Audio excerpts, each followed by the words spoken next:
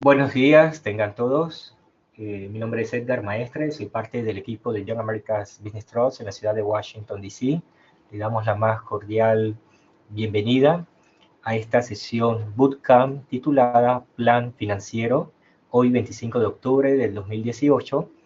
Y tenemos como expositora a la señora Romina Ferreira, quien también se encuentra basada en la ciudad de Washington, D.C. Y aprovechamos para también darle la bienvenida. Hoy en nuestra audiencia tenemos equipos de la competencia de talento e innovación de las Américas, TIC Américas, en sus distintas categorías, como también miembros de la comunidad de emprendimiento de toda la región. Muchas gracias por acompañarnos. Esta sesión es muy importante para conocer la estructura, los conceptos y los pasos para desarrollar un buen plan financiero en nuestro proyecto. La agenda que tendremos el día de hoy, vamos primero a hacer lectura de la biografía de la señora Romina Ferreira. Seguido, ella va a realizar su presentación. Luego vamos a tener una sesión de preguntas y respuestas donde cada participante tiene la oportunidad de poder dirigirse directamente a la expositora, para lo cual tenemos la opción de abrirles el micrófono o bien podemos utilizar la sala del chat. Seguido tendremos las conclusiones por parte de nuestra expositora y con esto finalizamos la sesión. Sin más preámbulo, procedo a hacer lectura de la biografía de la señora Romina Ferreira. Ella es consultora en el Departamento de Planificación Estratégica en el Banco Interamericano de Desarrollo, en la sede principal en Washington, D.C. Es magíster en finanzas por la Universidad Johns Hopkins y tiene experiencia laboral anteriormente trabajando en bancos internacionales como es el HSBC, el BBVA, en Argentina y en países de Asia. Además, ha participado en distintas conferencias internacionales, tiene una amplia trayectoria en el sector de finanzas y en organismos multilaterales en el sector privado. Y para nosotros es un honor en el YBT tener el día de hoy a la señora Romina Ferreira Peña como expositora de esta sesión Bootcamp. Durante la transmisión, si desean publicar en las redes sociales, en pantalla en este momento tenemos nuestras cuentas de manera que puedan etiquetarnos. Así que para no extendernos tanto, cedemos el micrófono a la señora Romina Ferreira, quien también va a colocar su pantalla. Muchas gracias a todos los que están presentes, bienvenidos. Esto va a ser una introducción a lo que es planeamiento financiero. La verdad es que lo planifiqué asumiendo, digamos, que no tienen conocimiento previo en lo que es contabilidad o finanzas. Así que bueno, los que tengan conocimiento previo en contabilidad o finanzas puede que les resulte un poco básico, pero como mencionaba Edgar recién, cualquier duda que puedan tener me la pueden hacer durante la presentación por la sala de chat, y si no, luego en el espacio de preguntas. Bueno, el programa de la presentación, voy a hablar un poco de qué es un estado de resultados, qué es el punto de equilibrio, qué es un balance, un flujo de caja. Voy a mostrar un ejemplo que es también el ejemplo que aquellos que están en la competencia de TIC Américas tienen en el formato de Excel. Y bueno, y las preguntas. Bueno, para dar comienzo entonces, ¿qué es un balance? Un balance muestra la situación de un negocio en un determinado momento. Esto es decir, que es como una foto tomada a la situación de un negocio en una fecha específica del año. Por ejemplo, mucha gente cierra los balances a fines de diciembre o fines de septiembre, y bueno, y muestra todos los activos que tiene la empresa, o sea, que son todos los bienes y derechos de la empresa, todo el pasivo de la empresa, que esto vendría a ser las obligaciones, o sea, la deuda, y el patrimonio. El patrimonio es el aporte de los inversores más las ganancias reinvertidas. de los años previos, ¿no? Entonces, si estamos hablando de una empresa que está en su año cero, o sea, en el año inicial, no va a tener la parte de ganancias reinvertidas, pero sí el aporte de inversores. Bueno, por otro lado, ¿qué es un estado de resultados? El estado de resultados muestra la evolución de una empresa en un periodo de tiempo. Entonces, recién yo comentaba que el balance es una foto, digamos, de la empresa en un momento dado, y en un estado de resultados es todo lo que pasó en una empresa en un periodo, en el último año o, bueno, el periodo que se elija. Entonces, ahí las principales cosas que vamos a ver son las ventas de la empresa, o sea, los ingresos generados por las operaciones del negocio principal, los costos variables, que esto puede ser costos de materiales de producción, más recursos humanos, o otro tipo de costos que haya, marketing, etcétera. Y bueno, y eso mismo, otros tipos de costos, costos administrativos, costos, por ejemplo, que se generan al momento de la venta, o costos financieros. Y bueno, por último, ¿qué es un flujo de caja? Un flujo de caja analiza, o sea, el objetivo es analizar si las operaciones generan suficiente caja, suficiente dinero para sostener el negocio, ¿no?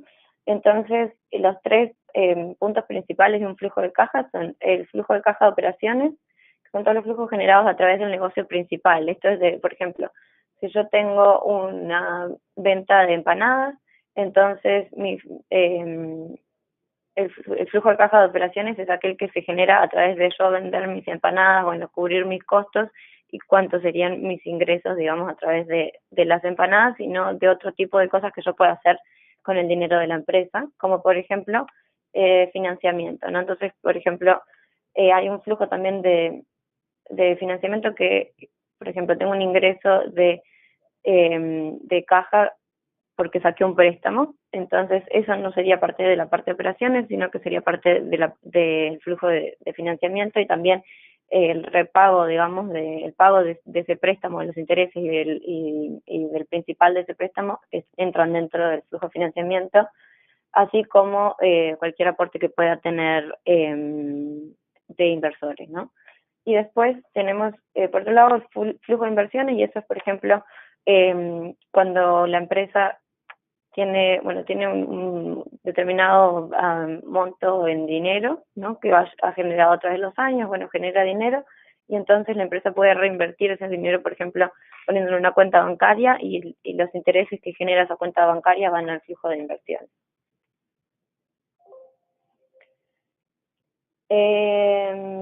Muy bien. No sé qué está pasando. Ay, ok. Bueno, ¿por qué es importante tener, por más que la empresa sea nueva, donde muchos de los costos, ventas, etcétera, van a ser inciertos, ¿no? O sea, van a ser estimaciones, porque es igual importante tener esto. Entonces, esto es de mucho uso para los inversores, o sea, el día que vayan a buscar financiamiento no sé, de algún amigo de la familia, o algún fondo, digamos, de inversión, o de capital semilla, o sea, les van a solicitar que les muestren cuál es la planificación de la empresa, cuáles son sus proyecciones de ingresos, sus proyecciones de costos, y ver a ver si es un negocio rentable o no.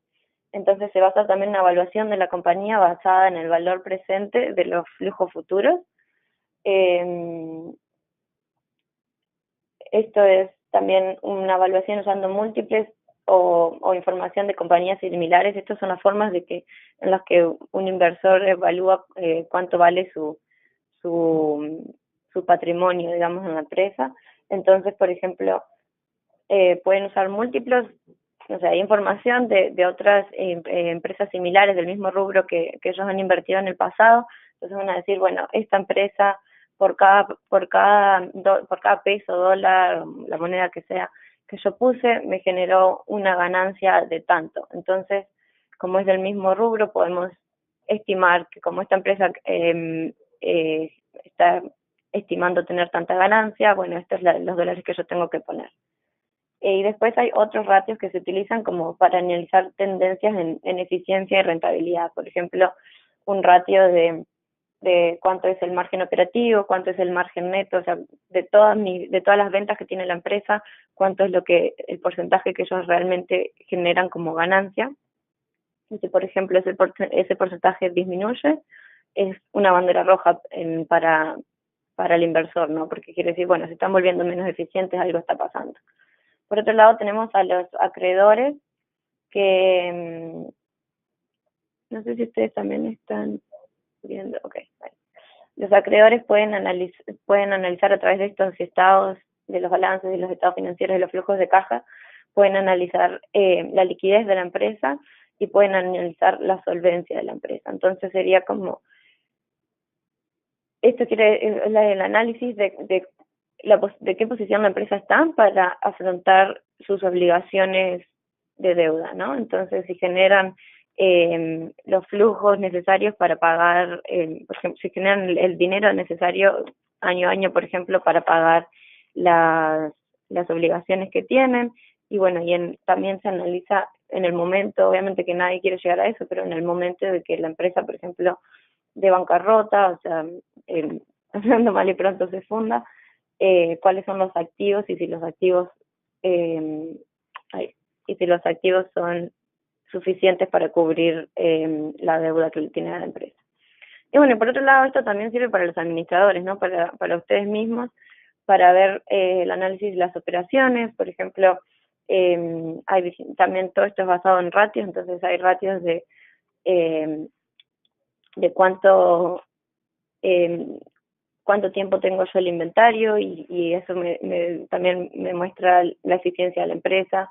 Bueno, obviamente dependiendo de la industria, pero hay industrias que si tienen el inventario muchísimo tiempo, no sé, por ejemplo, una industria de lapiceros, si tienen mucho inventario, les dura un año vender las lapiceras, se puede decir que están generando demasiadas lapiceras, o por otro lado, si es una industria, no sé, de autos de lujo, un año puede ser que no sea tanto tiempo, ¿no? Pero bueno, esos distintos tipos de ratios nos ayudan a analizar cuáles son las operaciones de la empresa.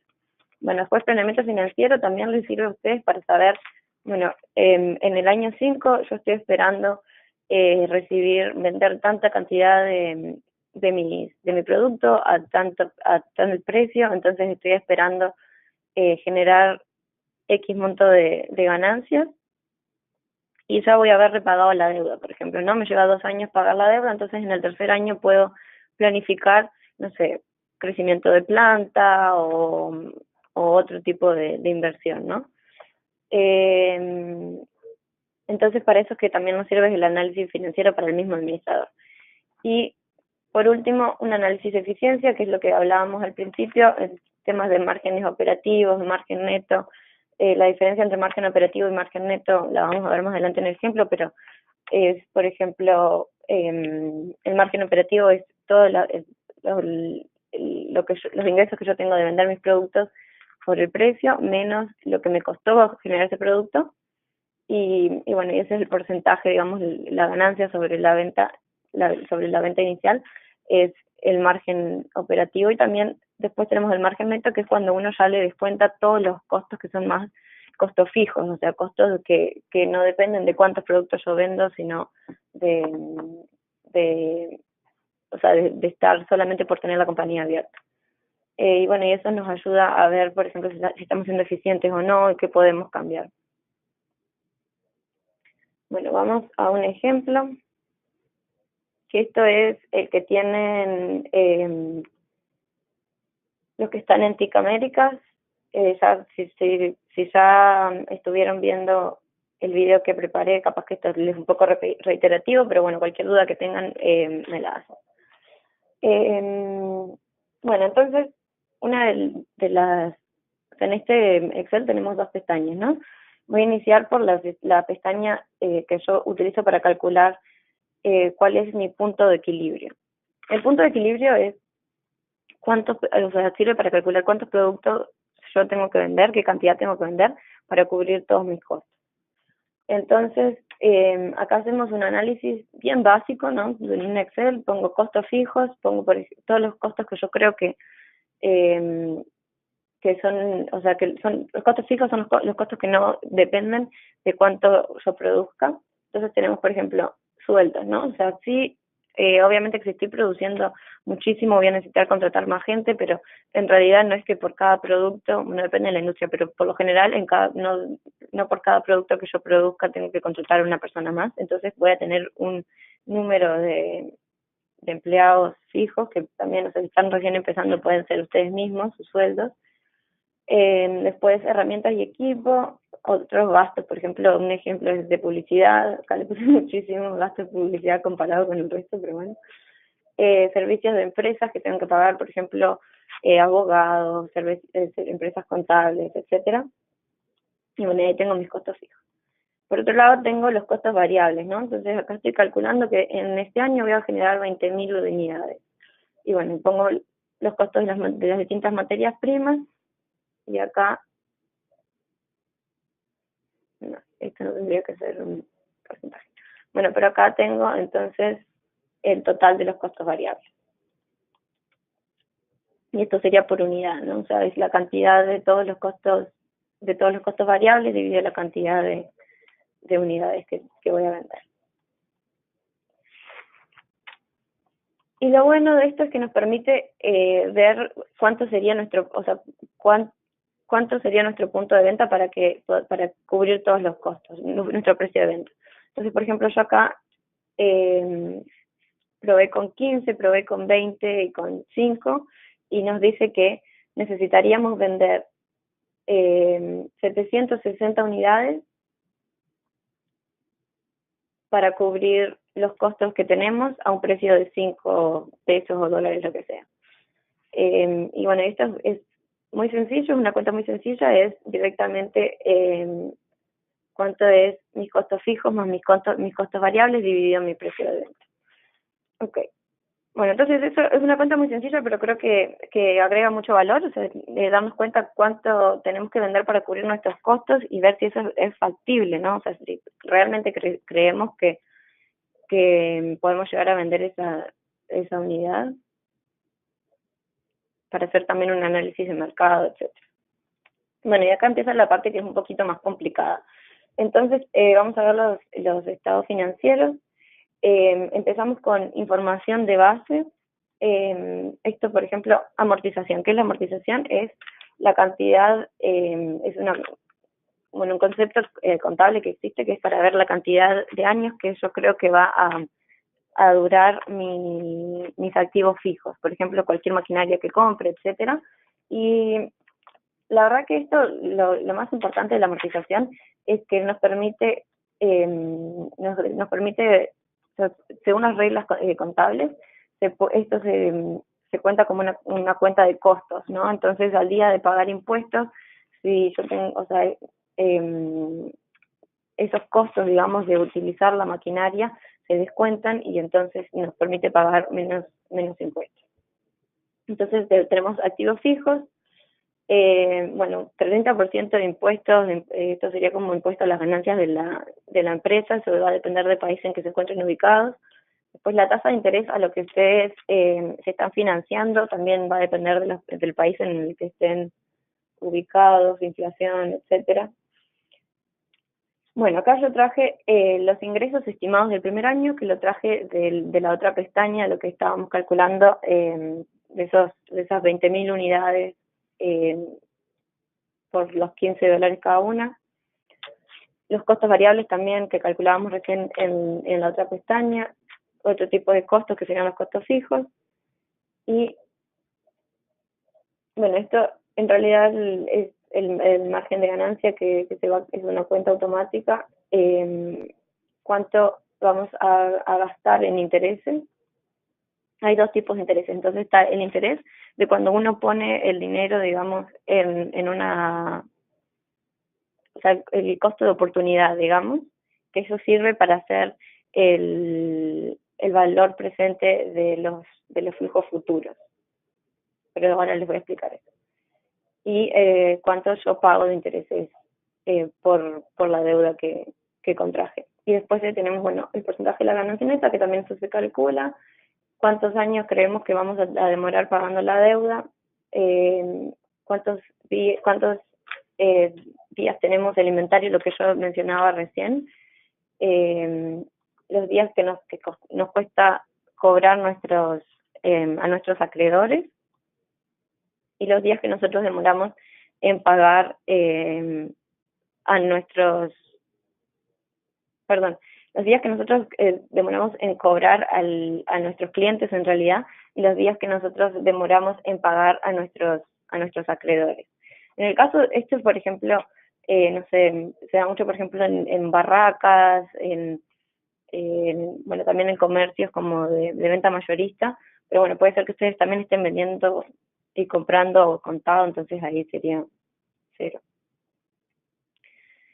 Y acá entra la parte de planeamiento, ¿no? ¿Cuánto creemos que van a crecer nuestros ingresos en los años futuros? Entonces tenemos un 30%, lo cual es muchísimo, pero bueno, es un ejemplo.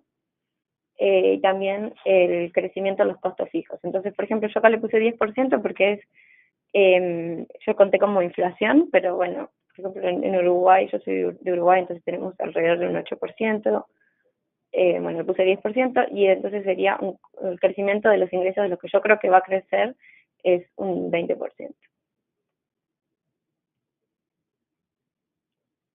Bueno, y acá vemos lo que es un estado de resultados.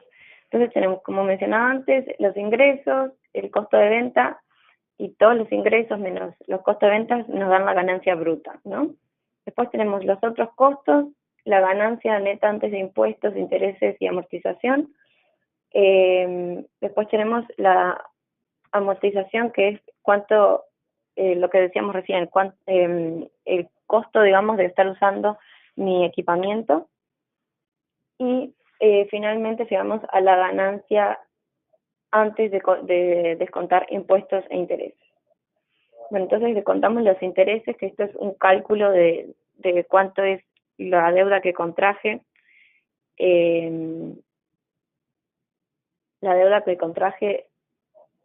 por el interés que estoy pagando.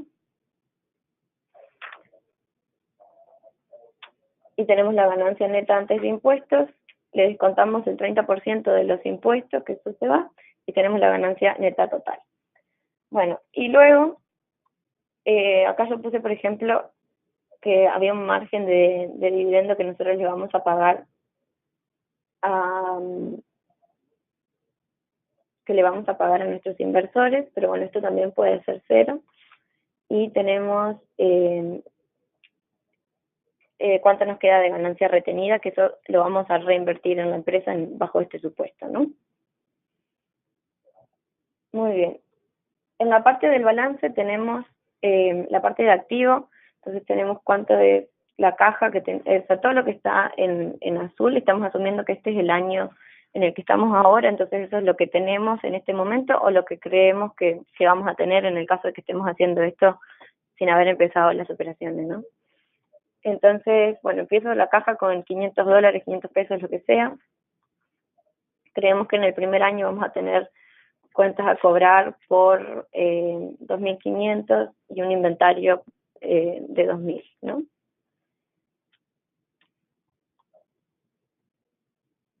Y luego tenemos activos fijos, cuánto es mi equipamiento, lo que sea, que sean mis equipos, no sé, por ejemplo, si tengo una empresa de cocina, serían como los hornos, etcétera. Y acá sumo todo lo que son activos variables más activos fijos. Bueno, por otro lado tenemos todos los activos que, como mencionaba anteriormente, son todos mis bienes y todos mis derechos, pero por otro lado tenemos el pasivo del patrimonio, que es lo que financia esos bienes y esos derechos, ¿no? O sea, yo todos esos bienes y derechos los gano, pero tengo una contraparte que es la deuda en la que estoy para financiar eso, o los inversores mismo siendo la misma empresa en el caso de la ganancia reinvertida. Entonces, creemos que vamos a iniciar con cuentas a pagar por 2.000, tenemos pasivo de corto plazo, o sea, pasivo de cuentas a pagar es la cuenta que refleja mis acreedores por ejemplo, mis costos de manufactura, ¿no? Y después tenemos pasivo a corto plazo, que eso sería la deuda, y sería el porcentaje de la deuda que se vence en este año. Y después tenemos un pasivo a largo plazo, que es también deuda, pero que no se vence en este año, sino que se va a vencer en el futuro. Y bueno, acá vemos también la parte de patrimonio, que es el capital de los dueños, o sea, de los inversores, y las ganancias retenidas de años anteriores. O sea, si acá yo estoy iniciando en años, o sea, cero, o sea, esto va a ser mi primer año, las ganancias retenidas obviamente tendrían que ser cero. Muy bien. Y como mencionaba anteriormente, una forma de chequear de que esto esté bien es que el activo, o sea, todo el activo tiene que ser igual al pasivo más el patrimonio. Entonces, todo lo que yo tengo de activos fue financiado de alguna forma, tanto con deuda o con inversión. Entonces, esta cuenta me tiene que dar, o sea, me tiene que dar cero. Entonces, si yo hago activo menos pasivo patrimonio, me tiene que dar cero. Muy bien. Y por último tenemos el flujo de fondos, o sea que vamos a calcular flujo de caja, o sea, de las operaciones, después tenemos el flujo de fondo de financiamiento, y en este caso no tenemos de inversiones porque no estamos asumiendo que vamos a invertir la ganancia que tenemos. O sea, sí la vamos a reinvertir en la empresa, pero no la vamos a reinvertir, por ejemplo, en un fondo de inversiones ni nada afuera de la compañía. Entonces tenemos los ingresos que vienen directamente de los ingresos que mencionábamos arriba en el estado de resultados.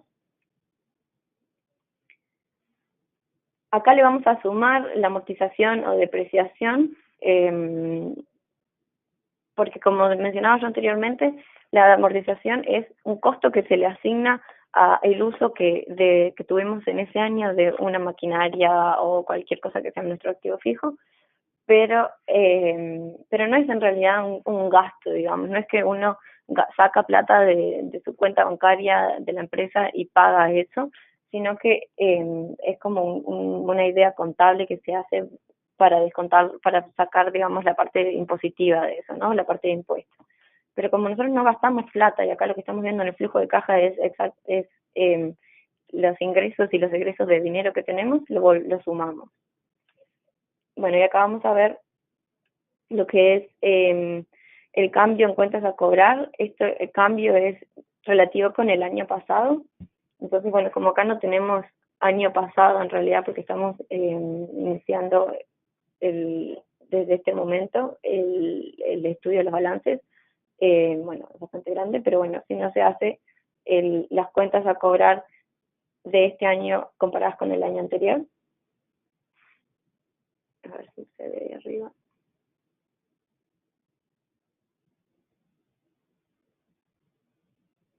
Ahí, por ejemplo. Después tenemos el cambio en las cuentas a pagar, que también es lo mismo, o sea, es las cuentas a pagar de este año, menos con las que empecé, y el cambio que tenemos en inventario. Esto de los cambios es porque, bueno, si yo tenía unas cuentas a cobrar, por ejemplo, de 2.000, ¿no? Y ahora tengo de 24.000, como era, o 20, bueno, no sé, de 24.500 como tengo ahora, eso lo que quiere decir es que yo no cobré por 22.500 dólares o pesos o lo que sea.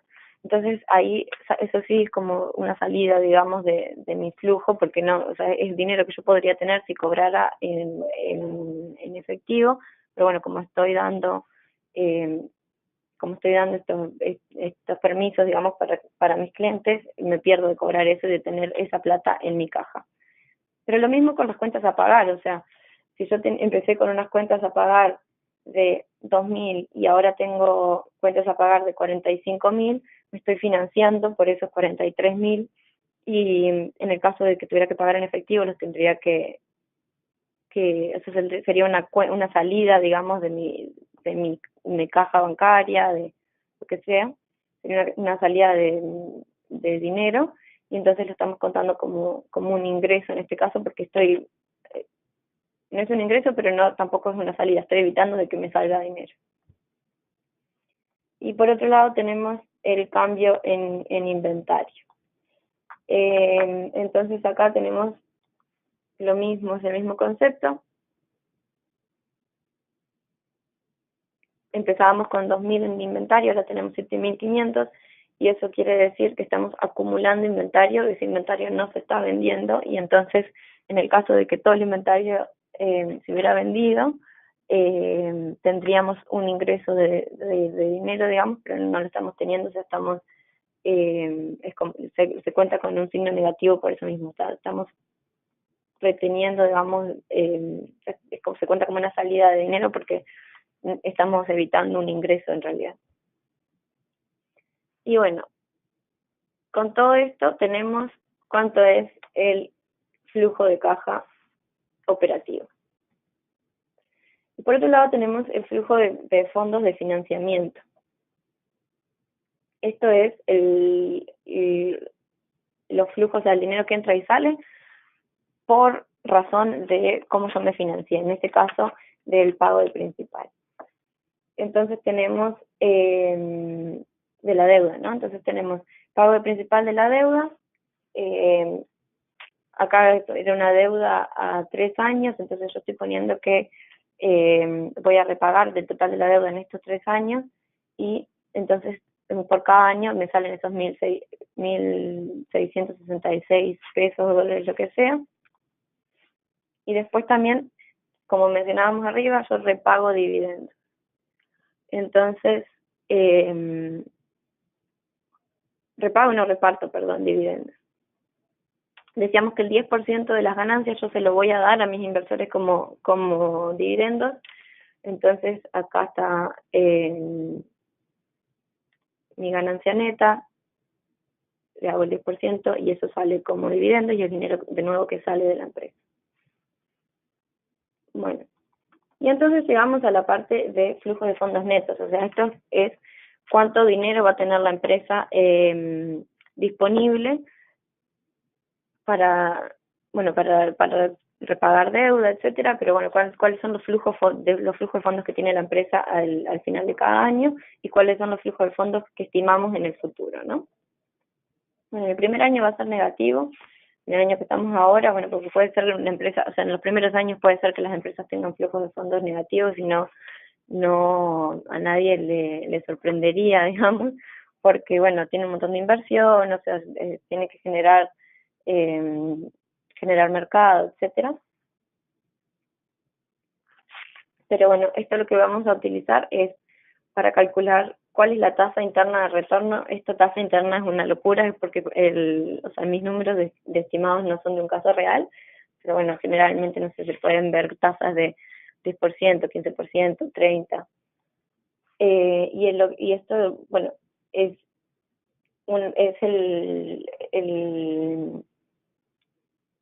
el porcentaje, digamos, de los flujos de fondos futuros y cuánto, o sea, en base a cuánto yo invertí en el primer año. Y esto, bueno, como lo ven ahí, por ejemplo, Excel es muy bueno para todas estas cosas, especialmente si uno no tiene mucho conocimiento de finanzas, porque directamente puede poner, en inglés IRR, o si no, en español también aparece como TIR. Y después tenemos el valor actual neto, que es lo que hablábamos hoy al principio, que es el valor presente del flujo futuros, ¿no? Entonces, ¿qué quiere decir eso de valor presente? Bueno, nosotros estamos estimando acá, no sé, en el año que viene, en el próximo, o sea, en los próximos 5 años, cuánto yo creo que va a ser mi ganancia, ¿no? Bueno, mi flujo de caja en este caso. Pero hay una idea que se llama valor tiempo del dinero en finanzas y en economía, y es que yo tengo un costo de oportunidad por ese dinero que estoy generando, ¿no? Porque acá, por ejemplo, genero, sí, 30.000, lo que sea, pero yo en realidad podría haber invertido, o sea, el inversor puede haber invertido ese dinero en otra inversión, y y de todas formas generar ingresos. Entonces, por eso es que lo descontamos, o sea que hacemos los futuros fondos dividido uno más una tasa, que nosotros llamamos como tasa de descuento, y esa tasa lo que refleja es cuál es el costo de oportunidad del inversor. Entonces sería, por ejemplo, no sé, un 10% de haber invertido en otro tipo de ganancias, en la bolsa de valores, lo que sea, no sé. Y bueno, y ahí lo que vamos a obtener es cuál es el valor actual neto del negocio. De vuelta, esto es un número astronómico, pero bueno, es porque tiene muy poca inversión para los flujos que estamos calculando. Pero bueno, de ahí es donde el inversor va a calcular, bueno, este es el valor actual neto, o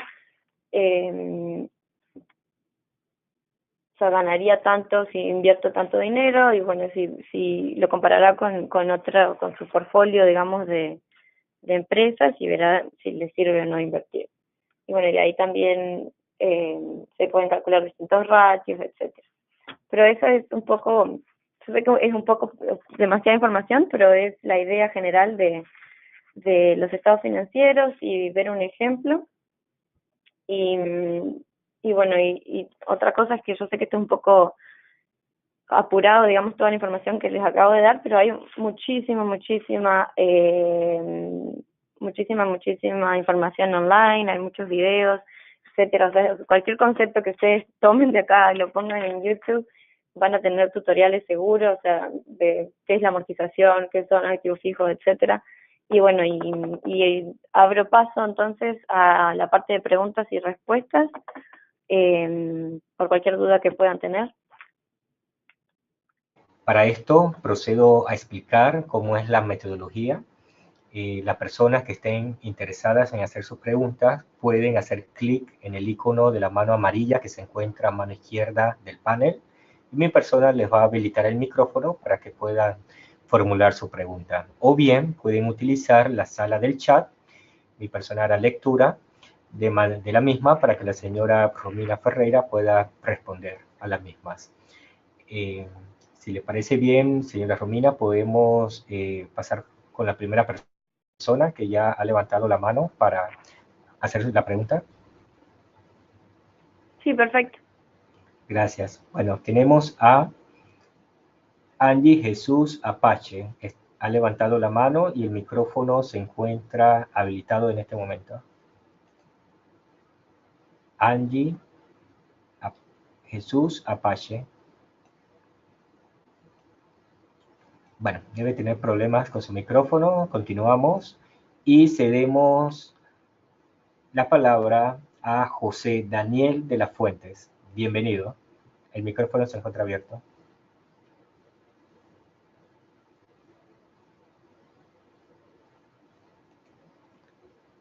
José Daniel, el micrófono lo tiene silenciado en su computadora. Por favor, si lo pudiese activar.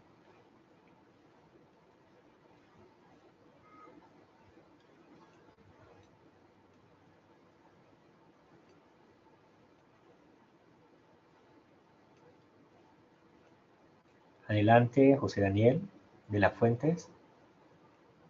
Bueno, parece que tiene problemas también con su micrófono. Continuamos con Esteban Sánchez. Bienvenido, Esteban. Tiene el micrófono abierto. ¿Qué tal? ¿Me escuchan? Sí, se le escucha muy bien, Esteban. Bienvenido y gracias por participar. Adelante. Igual, sí, igual. Felicitaciones, muchas gracias por estas exposiciones, muy útiles. Bueno, yo he seguido, bueno, soy arquitecto, estoy en desarrollo de algunos proyectos que no tienen que ver con mi actividad. Sin embargo, yo he seguido capacitaciones, pero un tema muy tangible es si es que se pudiera entregar o indicar bibliografía que por su experiencia de pronto tenga una metodología fácil de entenderlo. Entiendo que luego habrá una profundización, pero si nos pueden ayudar con una bibliografía a la cual nosotros podamos acudir y para todo este tema, del tema que estamos aquí escuchando. Muchas gracias.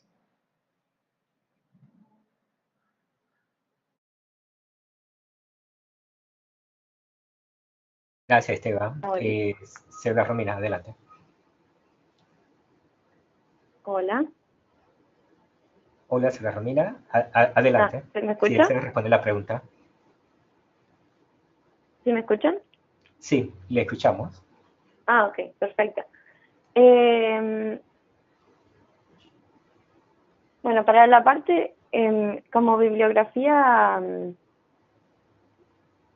de libros, eso va a depender, creo que depende mucho de los países, porque bueno, la parte como de contabilidad varía mucho en el país que esté cada uno, pero más allá de eso, eh, como ideas generales en contabilidad, a mí me gusta mucho un canal de YouTube, yo sé que no es un libro, capaz que sos más amigo de los libros, pero bueno, hay un canal de YouTube muy bueno que se llama Contador Contado, también es una página web y ellos ahí tienen todos los conceptos también, bueno, escritos, digamos, si uno los quiere leer, y es totalmente gratuito.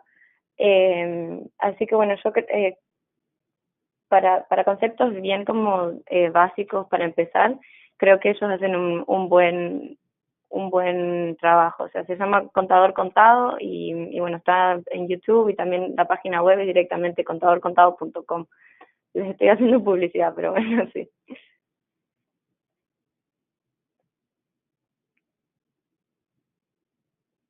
Excelente, gracias, señora Romina. Continuamos con otras intervenciones. Ahora sí, José Daniel de las Fuentes tiene el micrófono habilitado. Bienvenido. Muchas gracias, Edgar, y muchas gracias, Romina, por la explicación. Creo que fue muy valiosa. Yo tengo dos preguntas. Cuando se está buscando una inversión en el extranjero, yo puedo hacer mi análisis de la tasa interna de retorno, pero ¿cuál va a ser la tasa interna de retorno mínima esperada por los inversionistas dentro de ese país? Porque, por ejemplo, si yo soy de México y tengo una tasa interna de retorno esperada por los inversionistas dentro de mi país, yo la voy a conocer. Pero si quisieran una inversión en Alemania, en Estados Unidos, ¿cómo voy a saber dentro de ese sector de mi startup cuál es la inversión esperada mínima que los inversionistas esperarían obtener invirtiendo en mi proyecto?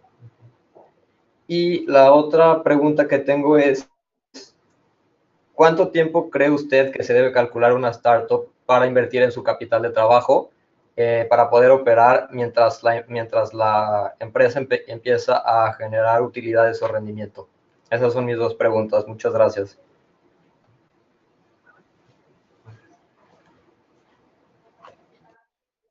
¿Ya me escuchan? Sí, le escuchamos, señora Romina. Ah, Adelante. perfecto.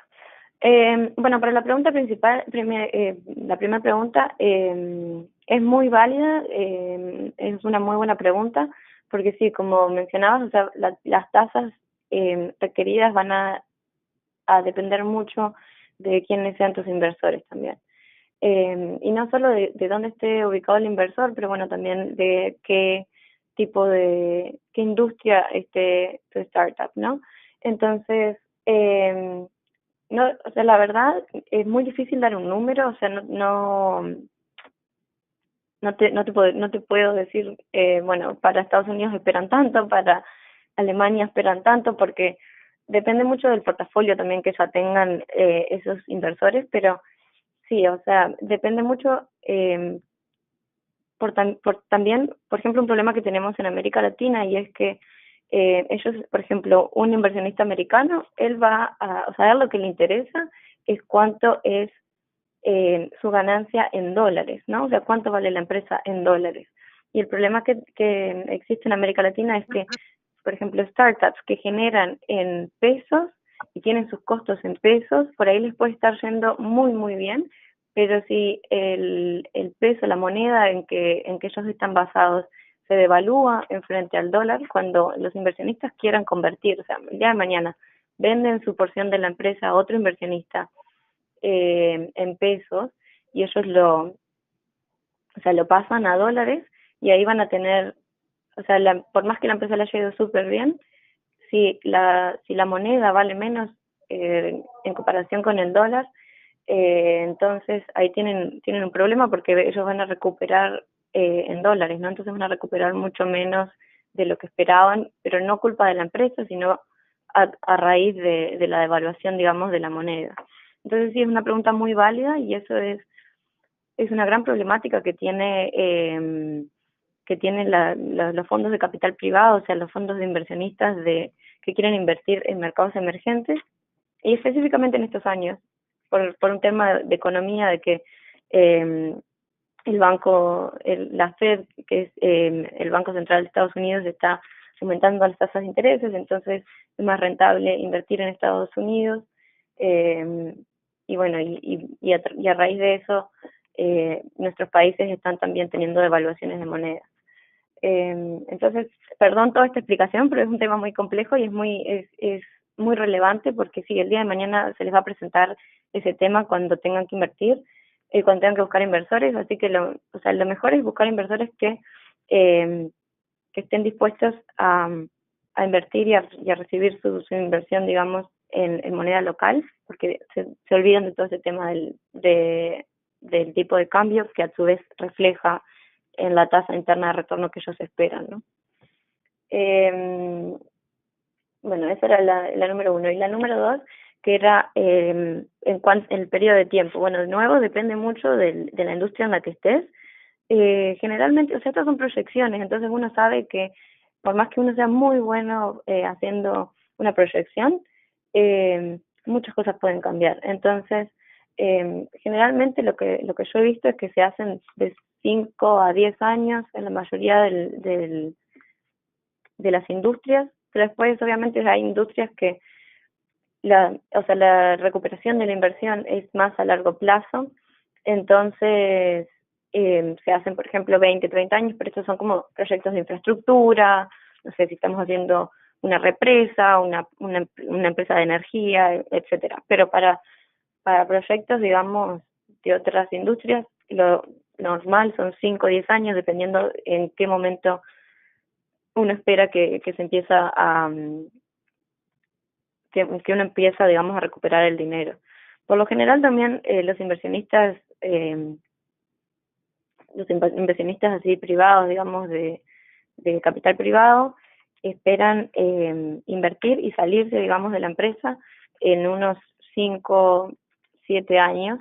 Entonces tampoco podemos esperar, tampoco podemos esperar, digamos, a tener rendimiento desde el punto de vista, digamos, de un startup a muchísimos años. O sea, si estamos esperando, o sea, nosotros que nuestros inversores recuperen la inversión en 15 años, sin ser proyectos de infraestructura, por ejemplo, no va a ser muy atractivo para el inversor, por lo que digo. O sea, por lo general ellos su objetivo de tiempo son 5, 7 años, algo por el estilo. Entonces, es por eso que por lo general se hace una proyección a 10 años, ¿no? Entonces, que el inversor entre cuando uno ya tiene 2 años de operaciones, 3 años de operaciones, que esté 5 o 7 años ahí y bueno, y haga el exit, digamos, que venda a otro inversor o lo que sea. Espero que eso haya respondido a la pregunta. Perdón que me extendí tanto. Sí, perfecto, Romina. Muchas gracias por tu apoyo.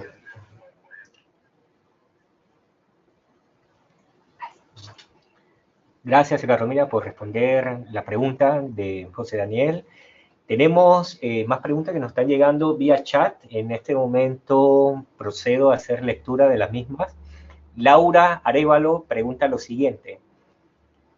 ¿Estos planes financieros son válidos para proyectos en fase de planeación, asumiendo datos supuestos?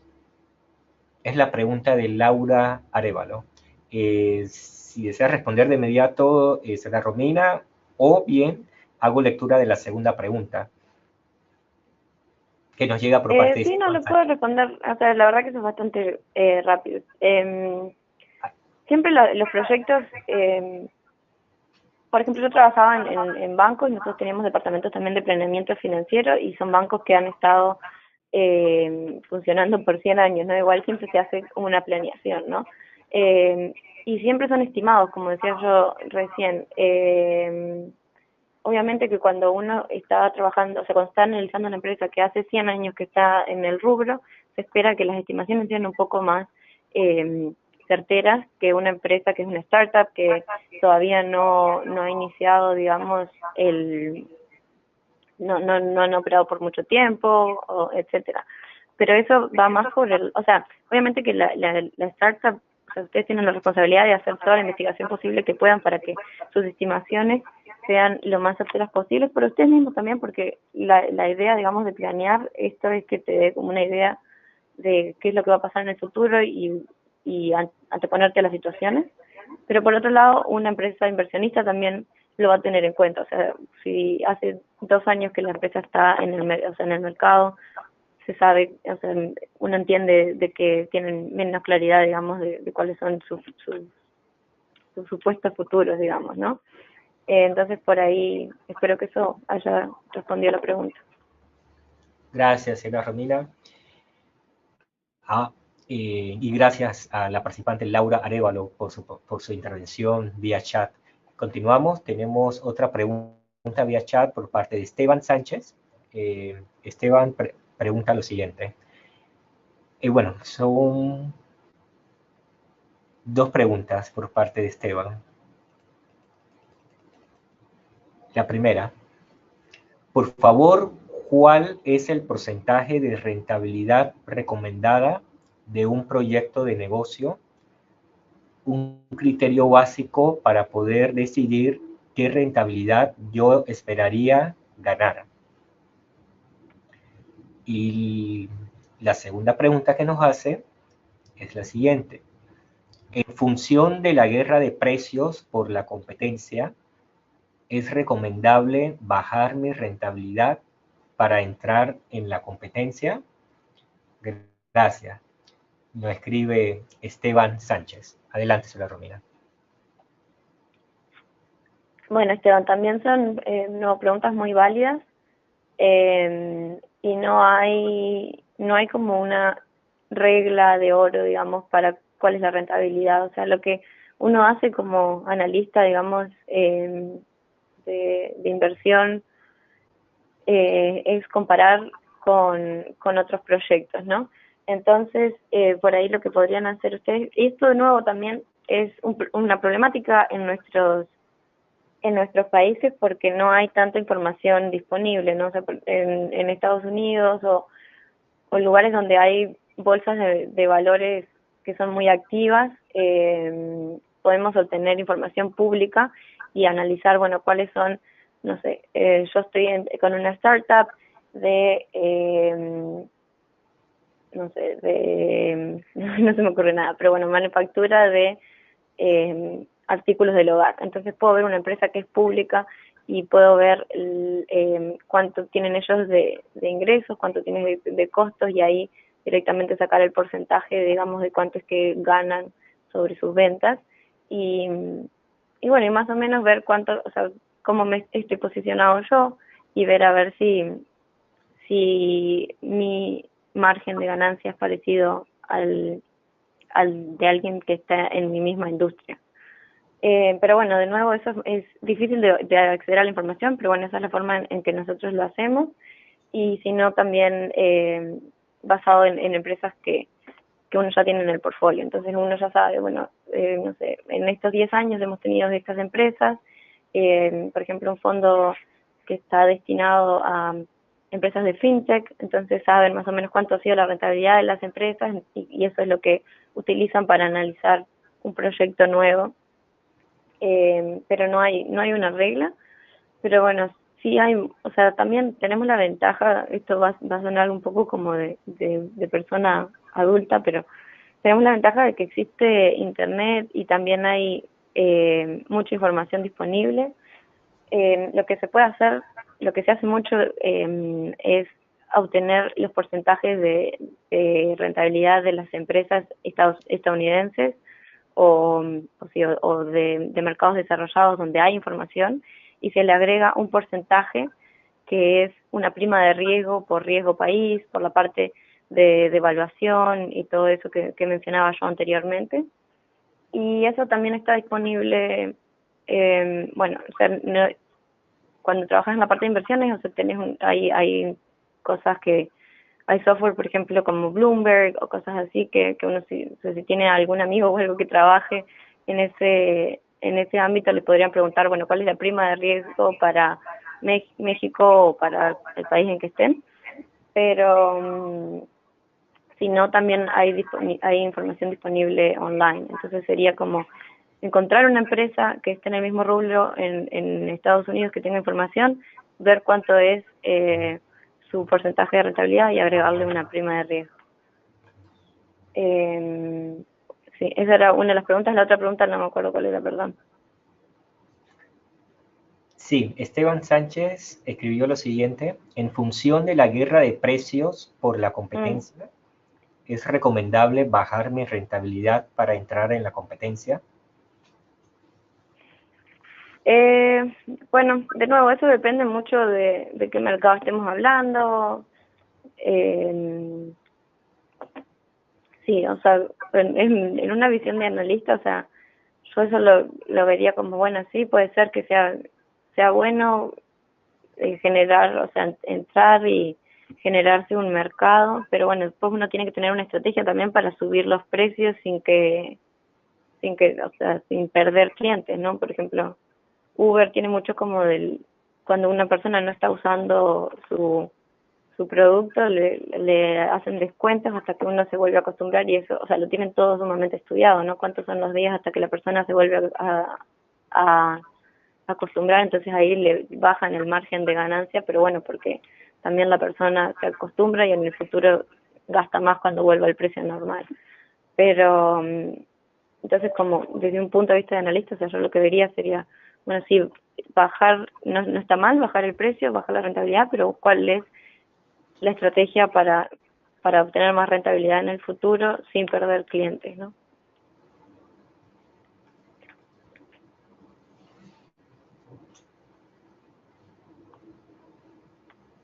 Gracias, Seda Romina. Hago una revisión breve por la sala de chat para ver si tenemos más preguntas por parte de nuestros participantes. Bueno, ya estamos sobre las 1 de la tarde, hora de la ciudad de Washington, D.C., 12 del mediodía. En el resto, en los países como Colombia, Panamá, Ecuador, Perú. Vamos ya a proceder, ir cerrando la sesión. Seda Romina, si desea dar un mensaje final, algunas conclusiones, por favor. No, o sea, el último mensaje sería, bueno, eso de que les estaba comentando, por ejemplo, hay muchos recursos online, por ejemplo, contador contable o cosas así, y de última, también la otra cosa es que yo estoy sumamente disponible para ayudarlos con lo que necesiten. Mi correo electrónico personal es rominaferreirapena@gmail.com, así que cualquier duda que tengan, estoy disponible.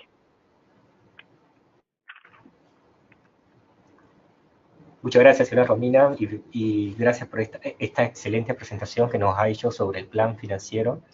De seguro todas estas herramientas que usted nos ha compartido el día de hoy son de mucha utilidad para los emprendedores que están trabajando en este momento en las distintas etapas de su proyecto. Para aquellos que están en los primeros pasos, como aquellos que ya tienen startups en marcha y están trabajando en nuevos proyectos, en nuevas unidades estratégicas de negocios, en lo que es el proceso de expansión, internacionalización, pues siempre la finanza es un componente muy importante en todo plan de negocios. Muchas gracias, señora Romina, por su importante apoyo con el programa TIC Américas y la labor que realiza el YBT en nuestros países de las Américas. Gracias a ustedes. Sí, a nuestra audiencia, gracias por acompañarnos. Les recuerdo que esta sesión ha sido grabada. En los próximos días la vamos a publicar en el portal del Bootcamp, www.ybt.net/bootcamp, o pueden también visitar nuestras redes sociales, ya que estaremos publicando el enlace una vez tengamos el video ya editado. Al mismo tiempo, aprovecho para invitarlos a las próximas sesiones Bootcamp que vamos a tener en los siguientes días. Esta sesión sobre plan financiero la vamos a tener nuevamente a las 2 de la tarde, hora de Washington, D.C., pero en idioma inglés, y también va a estar a cargo de la señora Romina Ferreira. Esto también considerando a nuestros jóvenes en la subregión del Caribe, también para que puedan participar y ser beneficiarios de estos tipos de entrenamientos. Más adelante, en el mes de noviembre, vamos a tener otras sesiones sobre marketing. Por favor, estén atentos a nuestras redes sociales y al portal del Bootcamp para que se puedan registrar. En nombre de todo el equipo del YBT, muchas gracias por acompañarnos y les deseamos una excelente tarde. Hasta luego.